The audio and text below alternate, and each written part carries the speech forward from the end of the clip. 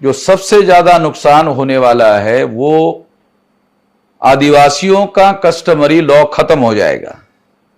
आदिवासियों को जो विशेष पहचान है, विशेष अधिकार है, वो उसके कस्टमरी लॉ के आधार पर है और यूनिफॉर्म सिविल कोड से ये सारे अधिकार समाप्त हो जाएंगे। तो ये बहुत बड़ा खतरा है। इसके साथ साथ यूनिफॉर्म सिविल कोड से अगर समान कानून बन गया तो कल चलकर कोई ब्राह्मण सुप्रीम कोर्ट में जा सकता है कि जब सभी लोगों के लिए समान कानून लागू हो गया तो अलग से आरक्षण लागू करने की क्या जरूरत है। तो यूनिफॉर्म सिविल कोड से एससी, एसटी, ओबीसी का आरक्षण भी समाप्त होने का खतरा पैदा हो गया है।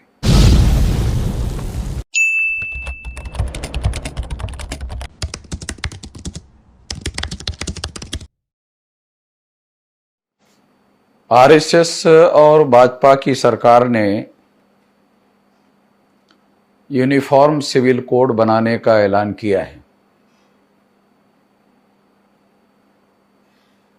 2024 के चुनाव को ध्यान में रखते हुए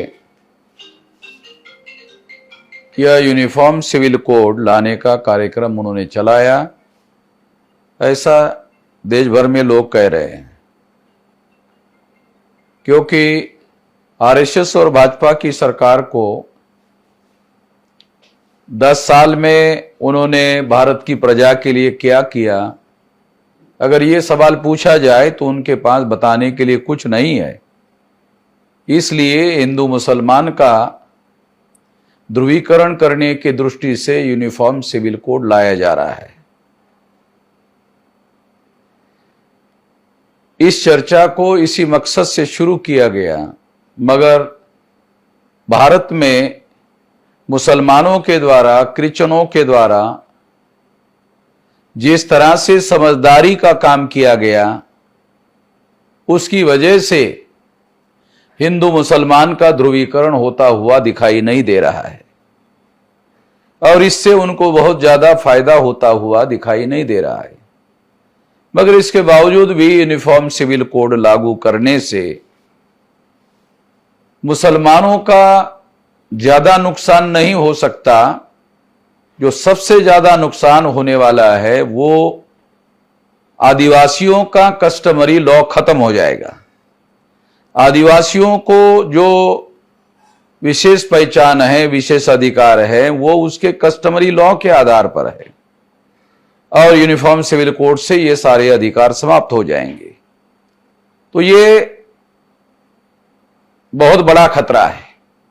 इसके साथ साथ यूनिफॉर्म सिविल कोड से अगर समान कानून बन गया तो कल चलकर कोई ब्राह्मण सुप्रीम कोर्ट में जा सकता है कि जब सभी लोगों के लिए समान कानून लागू हो गया तो अलग से आरक्षण लागू करने की क्या जरूरत है। तो यूनिफॉर्म सिविल कोड से एससी, एसटी, ओबीसी का आरक्षण भी समाप्त होने का खतरा पैदा हो गया है। इसलिए uniform civil code SC, ST, OBC के भी विरोध में है। ये बात तमाम एससी, एसटी, ओबीसी के लोगों को जानना और समझना जरूरी है। इसलिए राष्ट्रीय आदिवासी एकता परिषद के द्वारा एचएन रेकवाल, जो राष्ट्रीय आदिवासी एकता परिषद के राष्ट्रीय अध्यक्ष है, उन्होंने 4 चरणों में इसके विरोध में आंदोलन करने का ऐलान किया है। 6 जुलाई 2023 को एचएन रेकवाल ने सारे देश भर में ज्ञापन देने का, जिलाधिकारी कार्यालय में ज्ञापन देने का ऐलान किया है। उसके साथ साथ 18 जुलाई को तहसील स्तर पर धरना प्रदर्शन करने का और जिला स्तर पर धरना प्रदर्शन करने का ऐलान किया है। 27 जुलाई को जिला स्तर पर रैली प्रदर्शन करने का काम करने का ऐलान किया है और 7 अगस्त 23 को भारत बंद का ऐलान किया है।